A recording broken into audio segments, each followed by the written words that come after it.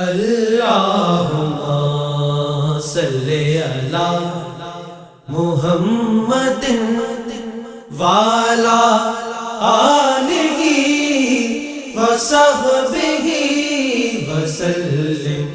بسم اللہ الرحمن الرحیم۔ اللہ تبارک و تعالیٰ کے پاکیزہ نام سے آغاز کرتے ہیں جو بہت مہربان نہایت رحم والا ہے۔ درس بخاری کا سلسلہ جاری و ساری ہے اور پچھلے پروگرام میں 2433 نمبر حدیث پاک ذکر کی تھی۔ آج انشاءاللہ 2434 سے آغاز کریں گے۔ حدیث ہے حضرت ابو ہریرہ رضی اللہ تعالی عنہ کی روایت کردہ۔ آپ نے ارشاد فرمایا کہ جب اللہ تعالیٰ نے رسول اللہ صلی اللہ علیہ وسلم کے لیے مکہ فتح کر دیا تو آپ نے لوگوں میں کھڑے ہو کر اللہ تعالیٰ کی حمد و ثنا کی۔ پھر فرمایا کہ اللہ تعالیٰ نے مکے سے ہاتھیوں کو روک دیا تھا۔ وہ ابرہہ جو ہاتھی لے کر آیا تھا اور آسمان سے ابابیل نے اس پہ کنکر برسائے تھے اور ہاتھی بالکل تباہ و برباد ہو گئے تھے۔ سرکار نے فرمایا کہ اللہ تعالیٰ نے مکے سے ہاتھیوں کو روک دیا تھا اور مکے کے اوپر اپنے رسول کو اور مومنوں کو مسلط کر دیا، یعنی فتح مکہ ہوئی تو اللہ نے اپنے رسول کو اور مومنوں کو حاکمیت عطا فرمائی، مکہ فتح ہوا۔ بس مجھ سے پہلے کسی کے لیے مکے میں جنگ کرنا حلال نہ تھا اور بے شک وہ میرے لیے صرف دن کے 1 گھنٹے کے لیے یعنی کچھ ساعتوں کے لیے حلال کیا گیا اور بے شک وہ میرے بعد کسی کے لیے حلال نہ ہوگا، یعنی مکے میں خون ریزی کرنا، جنگ کرنا منع ہے۔ پھر فرمایا کہ پس مکے کے شکار کو متنفر نہ کیا جائے اور نہ اس کے کانٹوں والے درختوں کو کاٹا جائے اور نہ اس کے راستے میں پڑی ہوئی چیز کو اعلان کرنے والے کے سوا اٹھایا جائے، یعنی اعلان کرو کہ مالک تک پہنچے تو اٹھاؤ، یعنی ارادہ یہ ہو کہ مالک تک پہنچائے، اپنی ملکیت بنانے کی نیت سے نہ اٹھایا جائے۔ اور فرمایا کہ جس کا کوئی مقتول اس میں قتل کیا گیا، یعنی مکے میں قتل کیا گیا، اس کو 2 چیزوں میں سے ایک کا اختیار ہے، یا تو وہ دیت قبول کر لے یا قصاص لے لے، یعنی قتل جان کے بدلے جان یہ قصاص ہے اور جان کے بدلے مال یہ دیت ہے۔ تو اس کو 2 چیزوں کا اختیار ہے، مقتول کے ورثاء کو یا تو جو قاتل ہے اسی کو کہیں کہ نہیں اس کو مارنا ہی ہے تو یہ قصاص یہ حق حاصل ہے، اور اگر اس کے قاتل کی طرف سے یا اس کے رشتہ داروں کی طرف سے آفر قبول کر کے ڈیل کر لی جائے کہ چلیں اتنا میں پیسے دے دیں ہم قاتل کو معاف کرتے ہیں، جیسے آج کل ہوتی ہیں ڈیلز آپ دیکھیں، تو پھر یہ شرعاً بالکل جائز ہے۔ اور فرمایا کہ حضرت عباس رضی اللہ تعالی عنہ نے کہا یا رسول اللہ اصغر خشک گھاس کا استثناء کر دیجئے کیونکہ ہم اس کو اپنی قبروں میں اور گھروں کی چھتوں میں رکھتے ہیں۔ تو یعنی پھر سرکار نے اس کا استثناء کیا، وہ لفظ نہیں ہے لیکن پچھلی حدیث آپ نے جیسے سنی ہے کہ نبی کریم نے اس کا استثناء فرما دیا۔ استثناء کا مطلب اسے اصل حکم سے خارج کر دیا کہ ٹھیک ہے وہ کاٹ سکتے ہو باقی نہیں۔ تو سرکار فرماتے ہیں پھر وہ راوی کہتے ہیں کہ پس یمن کے ایک شخص ابو شاہ کھڑے ہوئے اور انہوں نے عرض کی یا رسول اللہ یہ خطبہ میرے لیے لکھ دیجئے۔ تو رحمت کونین صلی اللہ علیہ وسلم نے فرمایا کہ اس کو ابو شاہ کے لیے لکھ دو۔ تو میں نے اوزاعی سے کہا، یہ راوی کہتے ہیں کہ میں نے اوزاعی سے کہا کہ ابو شاہ نے جو کہا تھا یا رسول اللہ اس کو میرے لیے لکھ دیں، اس کا کیا معنی ہے؟ انہوں نے بتایا اس سے مراد وہ خطبہ ہے جو انہوں نے نبی کریم صلی اللہ علیہ وسلم سے سنا تھا، یعنی پیچھے کے راوی جو ہوتے ہیں جیسے حضرت ابو ہریرہ سے پیچھے کسی نے سنا، پھر ان سے پیچھے ان کا یہ قول ذکر کر رہے ہیں کہ وہ آپس میں کہنے لگے کہ یہ ان کے کہنے کا مطلب کیا تھا کہ مجھے لکھ دیں، یعنی راوی کو شبہ ہوا کہ صرف ایک بات لکھنے کا کہا تھا یا آخری والی بات یا پورا ہی خطبہ لکھنے کا کہا تھا، تو بتایا گیا کہ پورا خطبہ لکھنے کا کہا تھا۔ تو اس کا مطلب یہ ہوا کہ مقامات کا بھی ادب ہے، احترام ہے، یہ نہیں ہے کہ جی زمین کے سب حصے برابر ہوتے ہیں، نہیں، حصوں میں اختلاف ہوتا ہے۔ ایک آپ کا گھر ہے، پھر آپ کے محلے کی مسجد ہے، پھر ایک علاقے کی بڑی جامع مسجد ہے، پھر بیت المقدس کو آپ دیکھیے، اسی طرح مکہ مسجد الحرام ہے، مسجد نبوی ہے، نبی کریم کا روضہ انور ہے، کعبۃ اللہ کے پاس آپ کھڑے ہوئے ہیں، جیسے جیسے مقام بدلتا ہے ویسے ویسے احکام بدلتے ہیں، برکات علیحدہ ہوتی ہیں، احترام علیحدہ ہوتا ہے۔ ایک آپ کے علاقے کا میدان ہے اور ایک میدان عرفات ہے کہ ان دونوں میں کوئی فرق نہیں ہے، زمین آسمان کا فرق ہے۔ اس کا مطلب یہ ہوا کہ جو اچھے مقدس مقامات ہوتے ہیں ان کی تعظیم کرنی چاہیے۔ یہ تعظیم کا ہی ایک انداز ہے نا کہ سرکار نے فرمایا کہ مکے کے درخت نہ کاٹو، اس کے شکاری جانوروں کو متنفر نہ کرو، یہ ادب اور احترام کی تعلیم دی جا رہی ہے۔ اس کا مطلب ہے ہمارا مذہب جو ہے وہ شخصیات کے اعتبار سے، مقامات کے اعتبار سے، اوقات کے اعتبار سے تعظیم کا حکم دیتا ہے۔ جیسے اب رمضان کا مہینہ آ جاتا ہے، یہ ایک زمانہ کا نام ہے، ایک اوقات ہیں، ان کی تعظیم، ان کا ادب کرنا چاہیے، رمضان کے احترام کا حکم ہے۔ ایسے مقامات ہیں جیسے مکہ ہے، مدینہ ہے، اس کی سرزمین بڑی ادب اور احترام والی ہے۔ ایسے ہی خاص جگہ ہیں جیسے مسجد حرام ہے، مسجد نبوی ہے، سرکار کا روضہ انور ہے، کعبۃ اللہ ہے۔ تو معلوم یہ ہوا کہ ہمارا مذہب تو تعظیم والا مذہب ہے، یہ احترام سکھاتا ہے۔ تو یہ نہیں ہے کہ ہم تعظیم خدا کے نام پر باقی کسی کی تعظیم نہ کریں اور یہ کہیں کہ جی اس سے تعظیم باری تعالیٰ میں فرق آئے گا، تو اس نے شاید مذہب اسلام کو نہیں سمجھا۔ اگر آپ کسی کی تعظیم دینی حوالے سے کرتے ہیں تو یاد رکھیں وہ تعظیم حقیقتاً اللہ کی ہی تعظیم ہے۔ ہم نبی کی تعظیم کیوں کرتے ہیں؟ اگر آپ فرض کر لیں کہ نبی نہ ہوتے کیا ہم ایسی تعظیم دیتے؟ نہیں۔ اس لیے ہم تعظیم کرتے ہیں کہ وہ اللہ کے نبی ہیں، اللہ نے ان کو نبوت اور رسالت عطا فرمائی ہے۔ اس کا مطلب ہے کہ نبی کی ہم تعظیم کرتے ہیں تو وہ بالواسطہ اللہ کی تعظیم ہے۔ اسی طرح ہم مقامات کی، اوقات کی تعظیم کرتے ہیں تو اللہ کے لیے ہی کرتے ہیں نا، تو وہ اللہ تعالیٰ کی ہی تعظیم کہلائے گی۔ میں آسان الفاظ میں سمجھاتا ہوں، اگر کسی کا نوکر آپ کے پاس آئے کوئی پیغام لے کر، کوئی کھانا پینا لے کر، جی صاحب نے بھجوایا، آپ نے کہا بیٹھو، اس کو چائے پلائی، ٹھنڈا پانی پلایا، ہوا وغیرہ کھلائی، پھر اس کو رخصت کیا، تو بتائیں آپ نے نوکر کی تعظیم کی ہے یا بھیجنے والے کی تعظیم کی ہے؟ حقیقتاً آپ نے اس کی عزت اور احترام کا خیال کیا ہے۔ نوکر تو اس قابل نہیں تھا، لیکن چونکہ یہ اس کا نوکر تھا، اس وجہ سے اس کی تعظیم اس مالک کی تعظیم ہے۔ اسی لیے اب اس کو پتہ چلے گا کہ آپ نے اس کے نوکر کو اتنا پروٹوکول دیا تھا، وہ خوش ہوگا اور کبھی آپ کو اس کا بدلہ دے گا کہ آپ نے میرے نوکر کی بھی تعظیم کی تھی۔ تو قطع نظر اس مثال کے، اس کو ہٹا دیں، اب نبیوں کی تعظیم، مقامات مقدسہ کی تعظیم، یہ سب عین اللہ تبارک و تعالیٰ کی ہی تعظیم ہے، کیونکہ ان کا تعلق اللہ سے ہے۔ لہٰذا اب یہ کہنا کہ جی اللہ کی تعظیم کرو، باقی کسی چیز کی تعظیم نہ کرو ورنہ تعظیم باری تعالیٰ میں فرق آئے گا، تو کیا ماں باپ کی تعظیم نہ کریں، استاد کی تعظیم نہ کریں، کیا کریں بتائیں؟ کعبۃ اللہ کی بالکل تعظیم نہ کی جائے، قرآن کی تعظیم نہ کی جائے، اس کو اٹھا کے زمین پہ یوں رکھ دیا جائے اور قدموں کے پاس یا پیروں پہ رکھ کے پڑھیں اس کو، یہ ہمارا مذہب تعلیم دے گا؟ نہیں۔ تو اس لیے ہمیں باادب بننا چاہیے اور اپنے مذہب اور دین کو صحیح طریقے سے سمجھنا چاہیے۔ پھر جب دیکھیں سرکار نے فرمایا یہ نہ کرو، یہ نہ کرو، عرض یا رسول اللہ اس کا استثناء کر دیجئے، اصغر خاص کا استثناء کر دیجئے، ہمیں ضرورت ہے۔ تو اس کا مطلب اس سے دو مسئلے معلوم ہوئے۔ پہلا مسئلہ تو یہ پتہ چلا کہ ہمارے نبی کریم صلی اللہ علیہ وسلم کو اللہ تبارک و تعالی نے شرعی احکام کے سلسلے میں بڑا اختیار دیا تھا، چاہیں تو کسی چیز کو حرام فرمائیں، چاہے تو کسی چیز کو اس میں سے حلال کر دیں۔ تو دیکھیں پہلے حرام فرمایا کہ یہ حرام ہے، لیکن جب ضرورت پیش کی گئی کہ یا رسول اللہ استثناء کر دیجیے، ہمیں ضرورت ہے، فرمایا چلو اب حرام نہیں ہے، ابھی تمہارے لیے حلال ہے۔ ایک لمحے کے اندر اس کو ان کے لیے حلت پیدا کر دی۔ اس کا مطلب یہ ہوا کہ ایک تو یہ نبی کریم کے اختیارات اس سے ثابت ہوئے، اور اس سے اگر دوسرا نتیجہ نکالا جائے تو یہ اصل میں ہمارے لیے، ہمارے سے مراد جو وارثان نبی ہیں، سرکار کی امت کے علماء، مجتہدین، یہ ان کے لیے ایک مطلب سمجھ لیجئے ایک اصول کی حیثیت رکھتا ہے، کیونکہ ہمارے ہاں اصول ہے کہ اگر کوئی چیز حرام ہے، ناجائز ہے، لیکن کوئی شخص سخت ضرورت میں مبتلا ہے اور اس ضرورت کی بنا پہ وہ حرام کا استعمال اس کے لیے ضروری ہو جائے، تو وقتی طور پر بقدر ضرورت اسے اس حرام کے استعمال کی اجازت دی جائے گی۔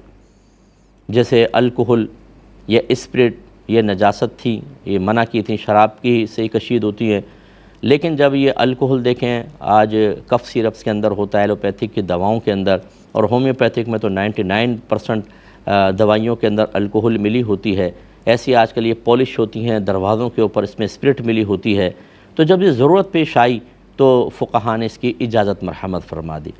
اسی طریقے سے اور تصویر جیسے ہے، لیکن بعض جگہ تصویر ضروری ہوتی ہے، اس کی اجازت مرحمت فرمائی، لیکن یہ عام آدمی نہیں کر سکتا۔ تو اس کا مطلب یہ ہوا کہ یہ مجتہدین یا بڑے مفتیان کرام یہ ضرورت کی بنا پر فتوے میں تبدیلی لا سکتے ہیں، بعض چیزیں جس کو شریعت نے منع کیا ان کو جائز بھی کر سکتے ہیں، لیکن اس کے اصول ہوتے ہیں، یہ نہیں کہ جس کو چاہیں کریں، ایسا نہیں ہوتا، اصول ہوتے ہیں، ان اصولوں کی روشنی میں ایسا پاسبل ہے۔ عوام کو بس میں یہ سمجھانا چاہتا ہوں کہ اگر کوئی بڑے عالم دین کسی چیز کے بارے میں کہتے ہیں کسی کو یہ تمہارے لیے جائز ہے، اور وہ واقعی مستند مفتی صاحب ہیں، آپ کے لیے جائز ہے، اب آپ نے کہا یار حدیث میں تو یہ آیا ہے، فلاں جگہ تو میں نے یہ پڑھا تھا، یہ میرے لیے جائز کہہ رہے ہیں، وہاں ناجائز ثابت ہو رہا ہے، کہ اب آپ کو سوچنے کی حاجت نہیں ہے، ان کو اجازت ہے اس چیز کی، کیونکہ انہوں نے ماحول دیکھا، آپ کی ضرورت کو دیکھا، اور اصول ان کو اجازت دے رہے ہیں کہ وہ آپ کو اس چیز کو جائز کہہ کر استعمال کی اجازت دے دیں، لہذا اب آپ کو بحث کرنے کی حاجت نہیں۔ خدا نخواستہ اگر وہ غلط کر رہے ہوتے تو وبال خود ان پر ہوگا، اس لیے اللہ نے فرمایا کہ فَاسْأَلُوا أَهْلَ الذِّكْرِ إِن كُنتُمْ لَا تَعْلَمُونَ، اگر تم نہیں جانتے تو اہل علم سے کویسچن کرو۔ اہل علم سے مراد وہی ہیں جو مسائل بتانے کی صلاحیت رکھتے ہوں، جو زمانے کی تبدیلی کے اعتبار سے مسائل کے اندر تبدیلی کیا پیدا ہوگی اس پر گہری نظر رکھتے ہوں۔ خود اللہ نے اجازت مرحمت فرمائی ہے، اور میں پہلے بھی مثالیں دے چکا ہوں، ایک مثال بس آپ کو میں دیتا ہوں۔ نبی کریم صلی اللہ علیہ وسلم نے ارشاد فرمایا صحابہ سے، اللہ کی بندیوں کو مسجد میں آنے سے مت روکو، یہ حکم ہے نبی کا کہ عورتیں مسجد میں آ کے نماز پڑھیں گی۔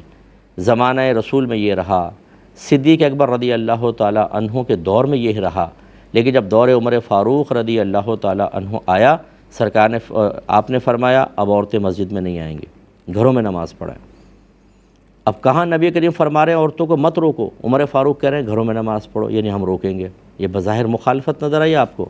عورتیں گئیں سیدہ عائشہ صدیقہ رضی اللہ تعالی عنہ کے پاس کہ دیکھیں عمر فاروق ہمیں مسجد میں آنے سے روک رہے ہیں۔ اب سیدہ عائشہ جو مجتہدہ طیبہ طاہرہ ہیں، انہوں نے جواب کیا دیا؟ انہوں نے فرمایا اگر آج سرکار دنیا میں ظاہری طور پہ جلوہ افروز ہوتے اور جس طرح کی زینت اختیار کر کے عورتیں باہر نکل رہی ہیں آپ بھی ملاحظہ فرما لیتے تو یقیناً آپ بھی عورتوں کو مسجد میں آنے سے روک دیتے۔ یہ دیکھیں یہ ہے اجتہاد۔ یہ سیدہ عائشہ نے فرمایا کہ تم بظاہر نبی کریم کے قول کی مخالفت اس کو سمجھ رہے ہو، نہیں، یہ سرکار کے مزاج کی موافقت ہے۔ مزاج رسول یہ تھا کہ جب زمانہ بدلے گا تو حکم بھی بدلے گا، اس لیے ہم لوگوں سے کہتے ہیں کہ آپ ایسا نہ کریں۔ ایک تو عام عالم سے مسئلہ معلوم نہ کیا کریں جس کو پتہ ہی نہیں ہوتا مسائل کا، وہ کتاب سے پڑھے گا بتا دے گا آپ کو۔ بعض کو پتہ ہی نہیں ہوتا کہ تغیر زمانہ کے اعتبار سے کون سا مسئلہ تبدیل ہو چکا ہے، اور وہ بیچارے بیان کر رہے ہوتے ہیں اور قوم آزمائش میں پڑ رہی ہوتی ہے، پہلی چیز۔ دوسری بات یہ ہے کہ ہمیشہ مستند مفتی صاحب سے معلوم کر کے پھر آپ آنکھیں بند کر کے اس پہ عمل کریں، پھر آپ کی کوئی گرفت نہیں ہے، پھر آپ اپنا ذہن استعمال نہ کریں، یار مجھے سمجھ میں نہیں آ رہا، دل میں کھٹک رہا ہے، عالم صاحب نے جواب تو دے دیا مفتی صاحب نے لیکن مجھے سمجھ میں نہیں آیا۔ ارے بھائی آپ ہیں کون کہ آپ کو سمجھ میں نہیں آیا؟ یہ دینی معاملات ہیں، دینی معاملات آپ کو کیا سمجھ میں؟ یہ سمجھ میں آ گیا آپ کو کہ فجر کی 2 رکعتیں فرض اور ظہر کی 4 ہیں اور مغرب کے اندر 3 ہیں، کیوں؟ بتائیں کیوں ہیں؟ اب آپ کوئی بھی لاجک لائیں گے لیکن حکمت الہی تک آپ نہیں پہنچ سکیں گے۔ بہت سارے ایسے معاملات ہوتے ہیں کہ جن کا عقل ادراک نہیں کر سکتی، اسی لیے فرمایا نا فَاسْأَلُوا أَهْلَ الذِّكْرِ إِن كُنتُمْ لَا تَعْلَمُونَ، اگر تم نہیں جانتے اہل علم سے پوچھو۔ اور کیا اس لیے پوچھیں کہ آپ چاہیں تو اپنے بھئی مجھے سمجھ میں نہیں آیا رد کر دیں؟ نہیں۔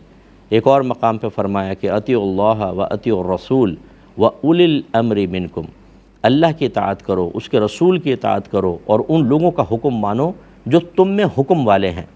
اور فقہا فرماتے ہیں، مفسرین فرماتے ہیں کہ حکم والے سے مراد وہ علماء ہیں جو لوگوں کو دین سکھاتے ہیں، مسائل پہ ان کی دسترس ہوتی ہے، وہ مجتہدین ہوتے ہیں، اور خصوصی طور پہ جو زمانے کے تبدیلی کے اعتبار سے مسائل میں تبدیلی ہوتی ہے اس پر نگاہ رکھتے ہیں۔ اب یہاں تو حکم ہے علماء کی اطاعت کرو، حکم والوں کی اطاعت کرو، وہاں فرمایا سوال کرو اطاعت کرو، اس کا مطلب یہ ہے کہ کویسچن کرو اور پھر نہ سوچو، پھر انہوں نے جب کہہ دیا ہے تو اب اس پر عمل کرو۔ لیکن میں پھر ایک دفعہ یہاں دہرا دیتا ہوں، ہر شخص عالم نہیں ہوتا۔ مسجد میں آپ جائیں گے داڑھی والے بہت سارے ملیں گے، ہر ایک عالم نہیں ہوتا۔ ہر عالم مفتی نہیں ہوتا، ہر مفتی میں اجتہاد کی صلاحیت نہیں ہوتی۔ بہت سارے مفتیان کرام ہیں وہ کتاب سے مسئلہ دیکھ کے آپ کو بہت اچھا بتا دیں گے، لیکن اسی کتاب کے اندر مثلا ایک بہار شریعت کتاب ہے مولانا امجد علی صاحب رحمۃ اللہ علیہ کی، اب اس کے اندر جو خصوصی طور پر نان نفقے کے اجارے کے مسائل ہیں اور خرید و فروخت کے مسائل ہیں، ان میں بہت سارے مسائل ایسے ہیں جو آج کل کے دور کے اعتبار سے اس پہ عمل ہی نہیں کر سکتے آپ، وہ تبدیل ہو چکے ہیں۔ یہ ایک عام مفتی نہیں بتا سکے گا، وہ تو فتویٰ خالی لکھ دے گا اور یاد رکھیں عام مفتی جس میں وصف اجتہاد کی صلاحیت نہ ہو، جو اپنے عرف ماحول پر آگاہ نہ ہو، اسے لوگوں کی کیفیات، ان کی مینٹلٹی اور ان کی سوچ و فکر کا ادراک ہی نہ ہو، ہمارے اکابرین فرماتے ہیں یہ فتویٰ دینے میں ضرور جاہل ہے۔ فتویٰ دینے میں جاہل یعنی کیا مطلب؟ یہ کتاب سے دیکھ کے مسئلہ بتا دے گا، زمانہ کہیں جا رہا ہے، اس کے اعتبار سے مسئلہ بدلنا چاہیے، اور یہ سابقہ مسئلہ بتا کر لوگوں کو ایک آزمائش میں ڈال دے گا، امتحان میں مبتلا کرے گا۔ ایسا ہرگز نہیں کرنا چاہیے، بلکہ اعلیٰ حضرت نے تو بعض جگہ اس کو ظلم سے تعبیر فرمایا ہے کہ یہ ظلم ہے لوگوں کے اوپر کہ مسئلہ پتہ نہیں ہے اور ایک جزی بیان کر دی۔ لوگ خوش ہوں گے، واہ واہ بھی کریں گے، بہت سارے بھی آپ نے تو دیکھیں غلطی کی نشاندہی کی، مارکیٹ میں کتنی غلطی ہو رہی ہے۔ ارے بھائی یہ مسئلہ بدل چکا ہے، مارکیٹ کے اعتبار سے بعض اوقات جو آپ بیان کر رہے ہیں اس مسئلے میں تبدیلی لازم ہے، بدل چکا ہے مسئلہ، لیکن وہ چونکہ بیان کرنے والا نہ عالم ہوتا ہے، نہ مفتی ہوتا ہے، نہ مجتہد ہوتا ہے، بعض اوقات اسے خود نہیں پتہ ہوتا، وہ کتاب سے دیکھ کے ضرور بتا رہا ہے۔ بھئی ہمارے بزرگوں نے لکھا ہے، انہی بزرگوں نے اپنے سے پہلے والے بزرگوں کے خلاف بھی بہت سارا لکھا ہوا ہے۔ آپ نے یہ کیوں نہیں دیکھا کہ انہوں نے کیوں ان کی قول کے خلاف لکھا؟ اس لیے کہ ان کا زمانہ کچھ اور تھا، ان کا زمانہ کچھ اور ہے، اور اب آپ کا زمانہ کچھ اور ہے، تو پھر آپ کے لیے بھی ضروری ہے کہ ان کے بیان کردہ مسائل پہ ایک دفعہ کم از کم ایسی نگاہ ضرور ڈالیں کہ آپ کو پتہ ہو کہ موجودہ دور کے لوگوں کو کون سا مسئلہ بیان کرنا ہے۔ چونکہ ہم فتوے کی فیلڈ سے تعلق رکھتے ہیں، تو جتنے مفتیان کرام اگر کوئی فرض کر لے مجھے سنے گا، وہ کہے گا مفتی صاحب نے بالکل 100% صحیح کہا۔ تو ہر شخص یاد رکھیں، خصوصاً میں آپ کو گزارش کرتا ہوں، یہ خرید و فروخت کے مسائل، انویسٹمنٹ کے مسائل، زمینوں کے، باغات کے مسائل، انٹرنیٹ پہ ٹریڈنگ کے مسائل، کرنسی لینے دینے کے مسائل، یہ ہر شخص سے نہ پوچھا کریں، یہ ان سے پوچھیں جو اس قسم کے مسائل کے اندر ماہر ہوں، کیونکہ تغیر زمانہ کے اعتبار سے، عرف کے اعتبار سے اب بہت سارے مسائل تبدیل ہو چکے ہیں، اور ہر عالم ان تبدیلیوں پر واقف نہیں ہوتا ہے۔ اور تو اسی لیے بہت سارے نادان قسم کے لوگ جن کو جو خود فتوے کی صلاحیت نہیں رکھتے، جب کوئی شخص صحیح اصول کی روشنی میں مسئلے کو بدل کر بیان کرتا ہے تو یہ اس پہ اعتراض کرتے ہیں، بزرگوں نے تو ایسا لکھا ہے، آپ ایسا بیان کر رہے ہیں۔ تو جن بزرگوں نے لکھا ہے، ذرا آپ کے پاس اگر تھوڑا سا بھی علم ہے، دیکھیں انہوں نے اپنے سے پہلے والے بزرگوں کے خلاف کتنا لکھا ہوا ہے۔ تو یہ اصل میں مخالفت بزرگوں کی نہیں، یہ میں نے جیسے آپ کو سمجھا، یہ ان کے مزاج کی موافقت ہے۔ ان بزرگوں سے یہ اصول ہم تک آیا ہے کہ جس کے اندر صلاحیت ہو وہ زمانے کی تبدیلی کے اعتبار سے شرعی قیودات کے ساتھ احکام میں تبدیلی کر سکتا ہے۔ امید ہے بہت ساری باتیں آپ کو سمجھ میں آئیں ہوں گی۔ وآخر دعوانا ان الحمدللہ رب العالمین۔ اللہم صلی علی محمد وعلی آلہ وصحبہ وسلم۔ اللہم صلی علی محمد وعلی آلہ وصحبہ وسلم۔ اللہم صلی علی محمد وعلی آلہ وصحبہ وسلم۔